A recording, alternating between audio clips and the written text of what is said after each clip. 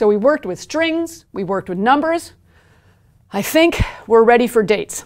I say that with a heavy sigh because dates come with some extra complications. They're one of the more difficult data types to work with in any programming language.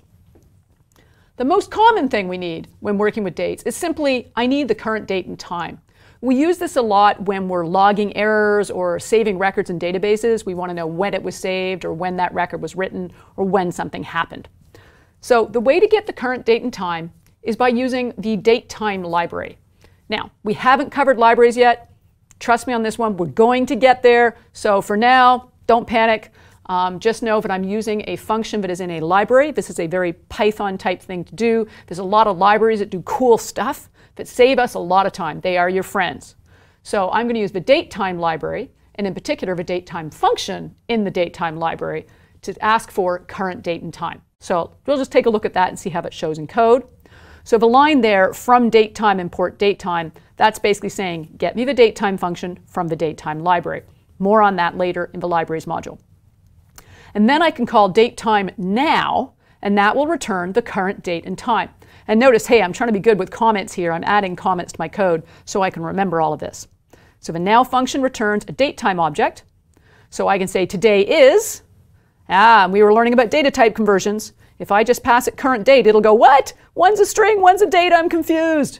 That's okay. You can just convert your date into a string, just like we could convert numbers into a string, so we can print the output out on the screen. So I now have a way of getting the current date using datetime now, and if I can convert date to a string data type, I can even combine it and display it on outputs. There's a whole bunch of functions you can use once you start playing with date times. That's why they're so wonderful to work with. So again, I go ask for date time now, so I'm storing that in a variable called today, and then I can display today's date. So that's the same code I had before. But you'll actually notice on the top, I've added another function I want to use. It's called time delta. It's in the same library. It's in that datetime library, but it's kind of cool because it allows me to say how many days from today or how many weeks from today something is. So I can define a time period of 1 day, and it's a time delta of days equals 1. If I wanted days equals 3, it would be 3 days. If I wanted to measure a week ago, I could say weeks equals 1.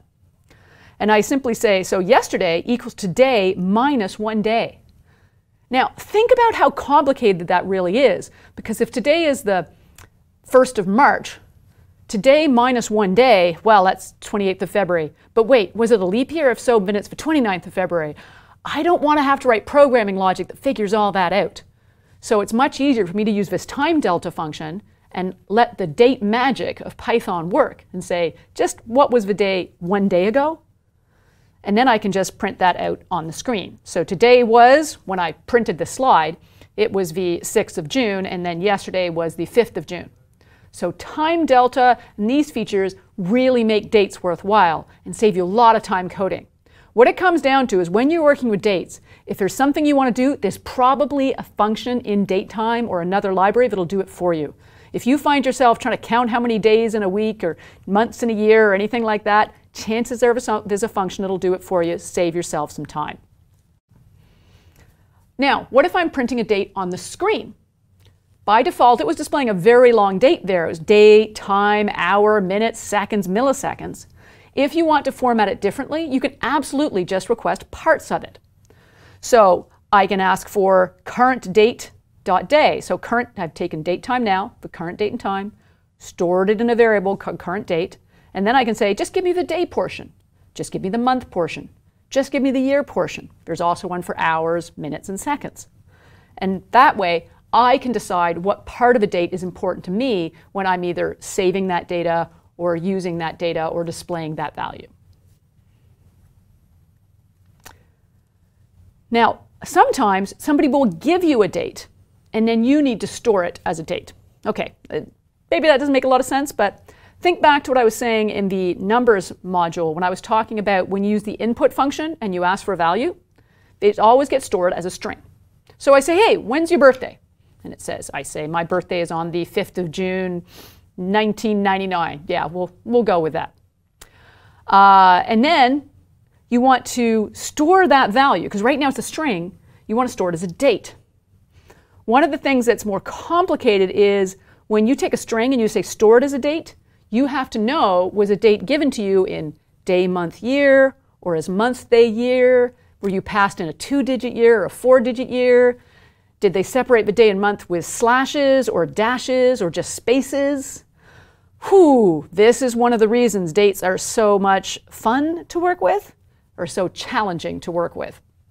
So if I run this code here, you'll see I've used the function strp time. So this will basically allows me to say, here's the format I will be receiving. So I am expecting a date format which is day, then month, then year. If you look up the documentation on this function, it'll tell you all the little abbreviation to use for 2-month year, 2-digit year, 4-digit year, month, day, etc. And then I can take that string that was received when I use the input function, convert that into a date function. Now, that seems like a lot of work if all I'm doing is displaying the date on the screen. But remember, there's some really cool functions that come with the date function, things that allow me to add and subtract days and so on. That's why it's worth sometimes taking a date value that's stored in a string and actually converting it into a date time object. If all you're doing is storing it, you can just leave it as a string. But if you want to play with those cool functions, you need it to actually be stored as a date time. And that's when you're going to need that strip time. So then I can do things like say, what was the day before my birthday? So once I've converted it using that strp time function, then I have the ability to use that time delta function we saw earlier and find out what was the date one day before my birthday and so on. Awesome. But as soon as you start doing this in your code, you're going to want to add some exception handling, because eventually someone's going to enter a value, and the format they enter, they might enter the 30th of February, or they might enter month, day, year instead of day, month, year, and boom, your code's going to blow up. So let's make sure we handle exceptions gracefully if somebody enters a date in the wrong format, rather than having it just blow up in their faces. So error handling is also very important, and we're going to cover that in a later module.